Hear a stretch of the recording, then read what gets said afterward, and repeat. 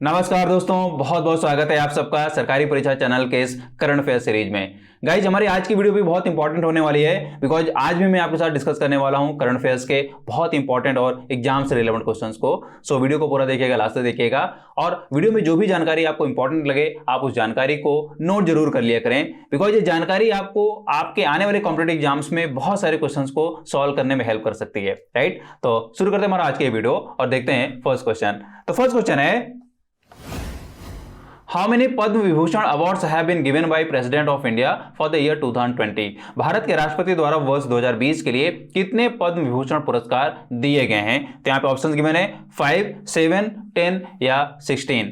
तो सही ऑप्शन मैं आपको बता दूं, सही ऑप्शन यहाँ पे है 7 जी। तो पद्म विभूषण की बात की जा रही है। राइट, पद्म विभूषण से 7 हैं, मतलब कि इस बार जो पद्म पुरस्कार दिए गए हैं उनमें से 7 पद्म विभूषण हैं। राइट, आपको नाम अच्छे से याद हो जाना चाहिए और उसके टर्म में नंबर आपको अच्छे से याद हो जाना चाहिए।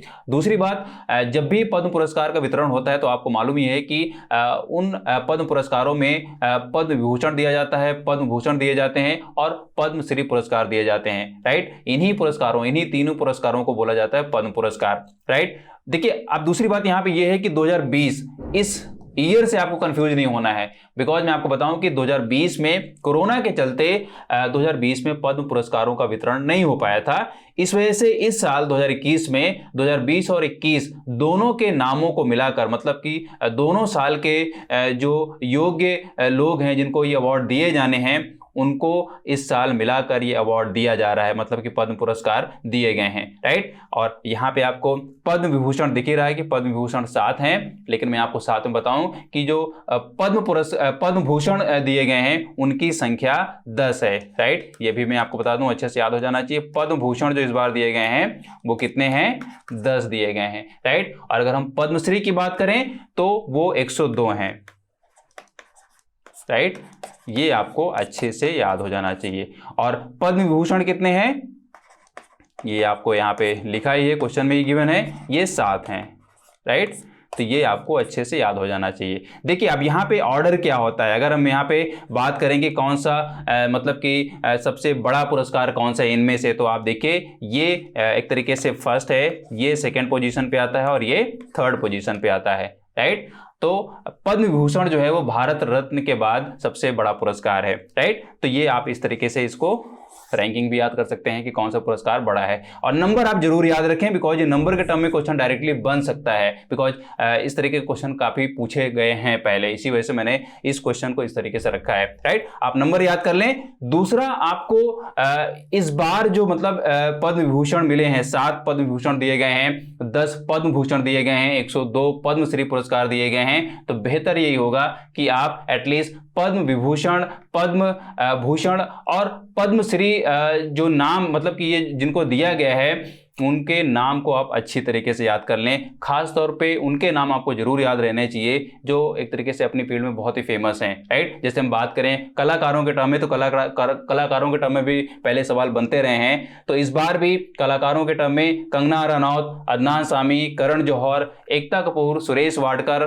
और भी कुछ प्राप्तकर्ता हैं जिनको पद्मश्री पुरस्कार इस बार दिया गया है, मतलब कि पद्मश्री पुरस्कार से सम्मानित किया गया है। तो बहुत इंपॉर्टेंट है, नाम आपको जरूर याद रखना चाहिए। नाम के टर्म में भी क्वेश्चन बनता है, नंबर के टर्म में भी क्वेश्चन बनता है और ये टोटल नंबर के टर्म में भी क्वेश्चन बन सकता है कि इस बार टोटल कितने पद्म पुरस्कारों की घोषणा हुई है, कितने पद्म पुरस्कार दिए गए हैं। राइट, तो टोटल आपको मालूम ही होगा, टोटल अब यहाँ पे कितना हो जा रहा है, टोटल यहाँ पे हो जा रहा है 119। राइट, इस बार 119 पद्म पुरस्कारों की घोषणा हुई है। राइट, तो ये 2-3 फैक्ट्स हैं, इनको आप अच्छे से याद कर लें। क्वेश्चन यहां से बन सकता है लेकिन डिटेल में आप जरूर जाएं, नाम को आप अच्छे से याद कर लें। राइट, नाउ देखते हैं next question. Which of the following city of India has been included in UNESCO's list of creative cities network? निम्नलिखित में से भारत के किस शहर को यूनेस्को के क्रिएटिव सिटीज नेटवर्क की सूची में शामिल किया गया है? तो यहाँ पे ऑप्शंस गिवन है, लद्दाख, श्रीनगर, दिल्ली या जयपुर। तो सही ऑप्शन मैं आपको बता दूं, सही ऑप्शन यहाँ पे है श्रीनगर। जी, तो श्रीनगर को यहाँ पे यूनेस्को की क्रिएटिव सिटीज नेटवर्क में शामिल किया गया है। राइट, बड़े एक तरीके से गर्व की बात है इंडिया के लिए भी और श्रीनगर के लिए भी। श्रीनगर को क्रिएटिव सिटीज नेटवर्क घोषित किया गया है, यूनेस्को की क्रिएटिव सिटीज नेटवर्क घोषित किया गया है। जब भी इस नेटवर्क की बात होती है तो उसके टर्म एक एब्रिविएशन आता है, वो भी आपको याद हो जाना चाहिए। एब्रिविएशन है UCCN,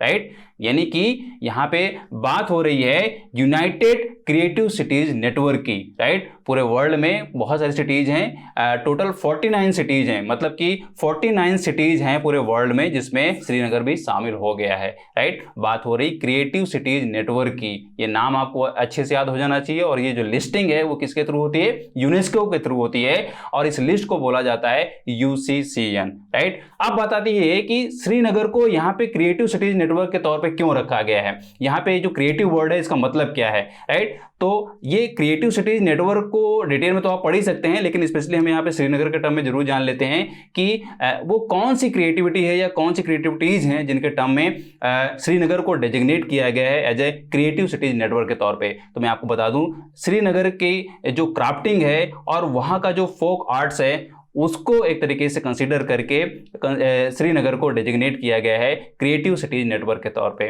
राइट, तो आप ये जरूर अच्छे से याद कर लें, बात हो रही क्राफ्टिंग और फोक आर्ट्स की। राइट, तो इसके टर्म में folk art and crafting. Right, तो ये बेसिकली क्रिएटिविटीज हैं जिनके टर्म में यहाँ पे श्रीनगर को रिकॉग्नाइज किया गया है, डेजिग्नेट किया गया है क्रिएटिव सिटीज नेटवर्क की। आप इसको डिटेल में जरूर पढ़ें। देखिए, जब आप डिटेल में पढ़ेंगे तो यहाँ पे सबसे एक तरीके से बहुत इंपॉर्टेंट पार्ट हो जाता है जम्मू एंड कश्मीर का पूरा art and culture. Right, detail में जब आप पढ़ें तो ये पूरा का पूरा आर्ट एंड कल्चर पढ़ डालें ढंग से, और उसकी बाकायदा लिस्टिंग करें कि वहाँ पे वहाँ का आर्ट और कल्चर किस तरीके से है। राइट, अपने आप में बहुत बार क्वेश्चन बन चुका है और आगे भी बनता रहेगा। राइट, नाउ देखते हैं नेक्स्ट क्वेश्चन।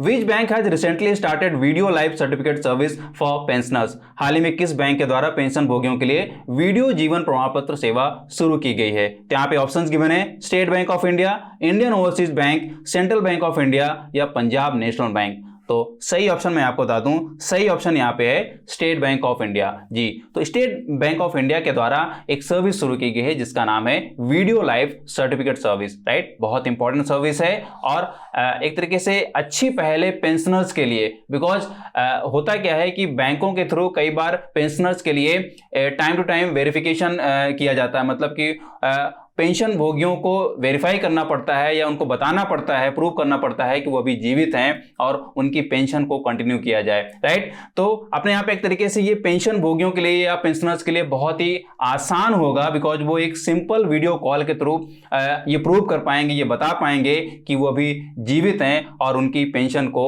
जारी रखा जाए। राइट, अपने आप में बहुत इंपॉर्टेंट है और एक कहीं ना कहीं जो इस टर्म में बहुत सारा फ्रॉड होता रहा है और अभी भी हो जाता है कि मरे हुए आदमी को जीवित घोषित किया जाता था या जीवित आदमी को ही मरा हुआ घोषित कर दिया जाता था। ये बहुत सारा फ्रॉड होता रहा है, तो उसके टर्म में तो श्योरली अब ऐसा फ्रॉड नहीं हो पाएगा। तो जरूर अपने आप में ये जो वेरिफिकेशन सर्विस है वो पेंशन भोगियों के पेंशन या उनके दूसरे फंड के ट्रांजेक्शन में होने वाले फ्रॉड्स को जरूर रोकने वाला है। अपने आप में बहुत इंपॉर्टेंट पहल है, बहुत ही अच्छी सर्विस है। राइट, इसको डिटेल में पढ़ सकते हैं। नाउ देखते हैं नेक्स्ट क्वेश्चन।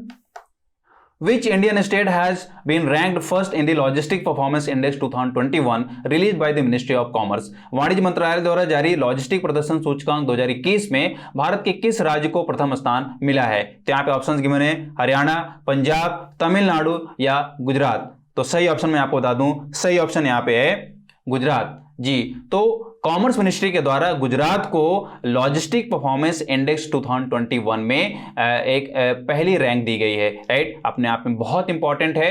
आप ये दो तीन एस्पेक्ट जो हैं इनके टर्म में आप जरूर दिमाग में सेट कर लें। मतलब कि ये जो इंडेक्स है इसका नाम है लॉजिस्टिक्स परफॉर्मेंस इंडेक्स 2021 और ये जो इंडेक्स रिलीज किया जाता है वो मिनिस्ट्री ऑफ कॉमर्स के द्वारा रिलीज किया जाता है। ये भी आपको याद हो जाना चाहिए। राइट, और इस बार फर्स्ट रैंक जो मिली है वो गुजरात को मिली है और बाकी जो स्टेट्स हैं, मतलब कि इस स्टेट के फॉलोइंग स्टेट्स क्या हैं, मतलब कि सेकंड रैंक पे कौन है, थर्ड रैंक पे कौन है, फोर्थ रैंक पे क्या है, ये आपको जरूर जानना चाहिए। एक खासतौर पे जब आप किसी पर्टिकुलर स्टेट से रिलेट करते हैं तो उस स्टेट के जो स्टेट एग्जाम्स होते हैं उनमें जरूर ये क्वेश्चन पूछ लिया जाता है कि इस स्टेट का रैंक क्या रहा है इस पर्टिकुलर इंडेक्स में, राइट। तो आपको ये डेटा जरूर याद करना चाहिए कि कौन सा स्टेट है और उसको कौन सी रैंक मिली है इस पर्टिकुलर इंडेक्स में या इस पर्टिकुलर रिपोर्ट में, राइट। तो उसी तरीके से आप यहाँ पे देख सकते हैं कि यहाँ पे जो ऑप्शंस गिवन है ए बी सी, इनकी रैंक क्या है ये मैं आपके ऊपर छोड़ता हूं, आप यहाँ पे इसको जानिए कि इन स्टेट्स को क्या रैंक मिली है इस इंडेक्स में। बहुत इंपॉर्टेंट ये इंडेक्स होता है, बिकॉज मैं आपको बताऊं कि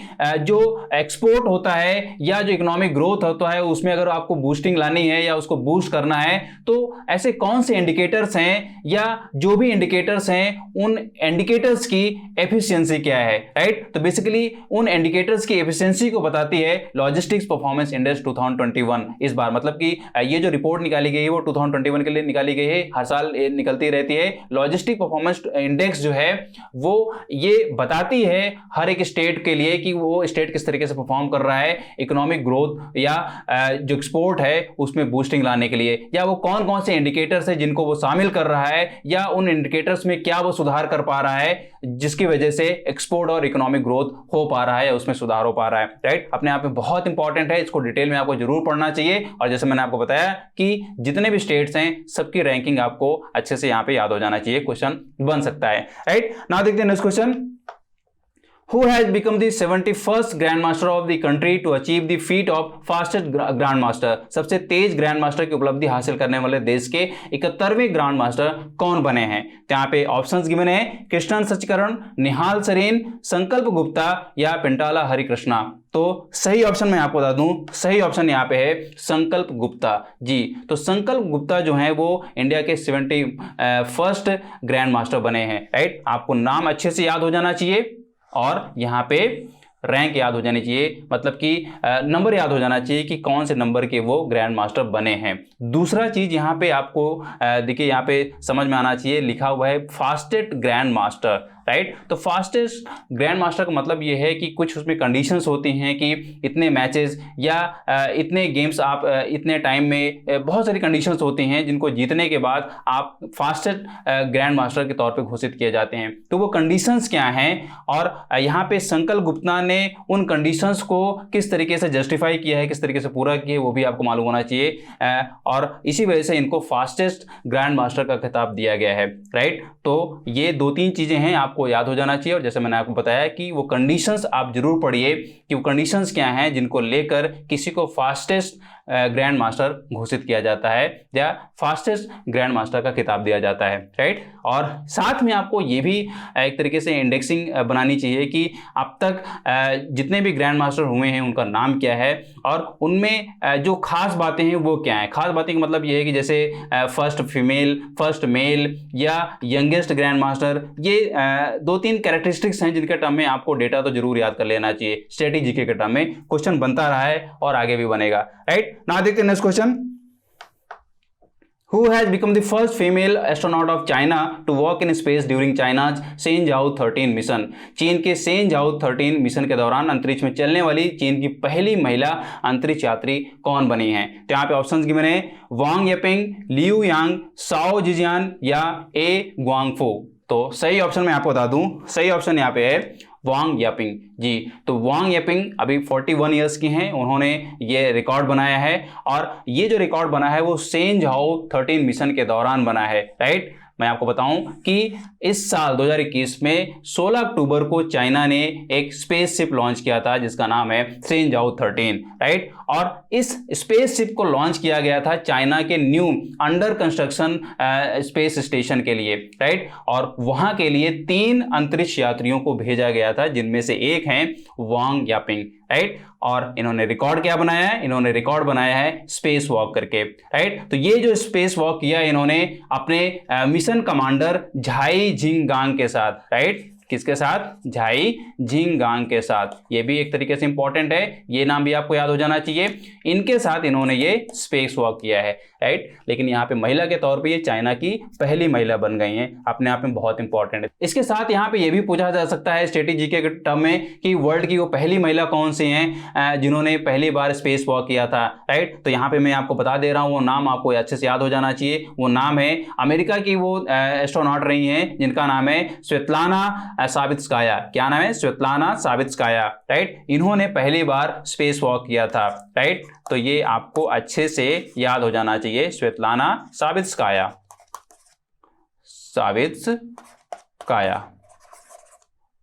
राइट।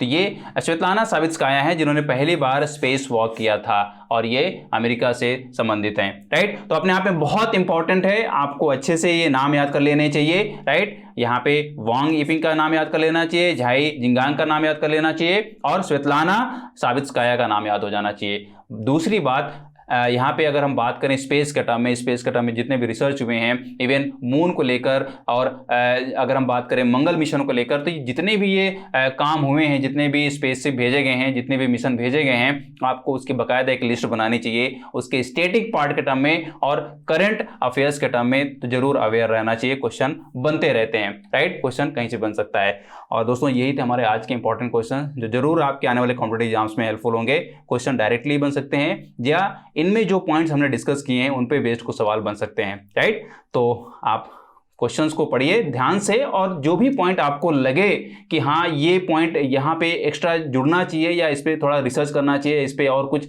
न्यूज बन सकती है, तो आप जरूर उसको करें, रिसर्च करें, बाकायदा पॉइंट्स को नोट करें और याद करें, राइट।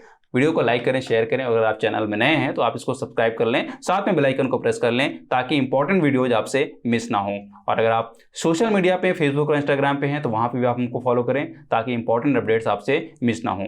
और अगर आप ज़्यादा से ज़्यादा करंट अफेयर्स पढ़ना चाह रहे हैं तो आप हमारी साइट पे विजिट करिए, वहाँ पे आपको डेली करंट अफेयर्स की न्यूज़ दी जाती है, डिफरेंट फील्ड्स की न्यूज़ दी जाती है, वो भी पॉइंट वाइज, राइट। मतलब कि आप वहाँ पे न्यूज़ को बहुत ही कम समय में पढ़ सकते हैं, पॉइंट वाइज पढ़ सकते हैं, आसानी से उसको याद कर सकते हैं और उसको नोट भी कर सकते हैं ताकि आप उसको एग्जाम टाइम में रिवाइज करके जा पाएँ और अपने क्वेश्चंस को सॉल्व करने में उसकी हेल्प ले पाएँ, राइट। तो पढ़ते रहिए, मस्त रहिए, मिलता हूँ आपसे नेक्स्ट वीडियो में।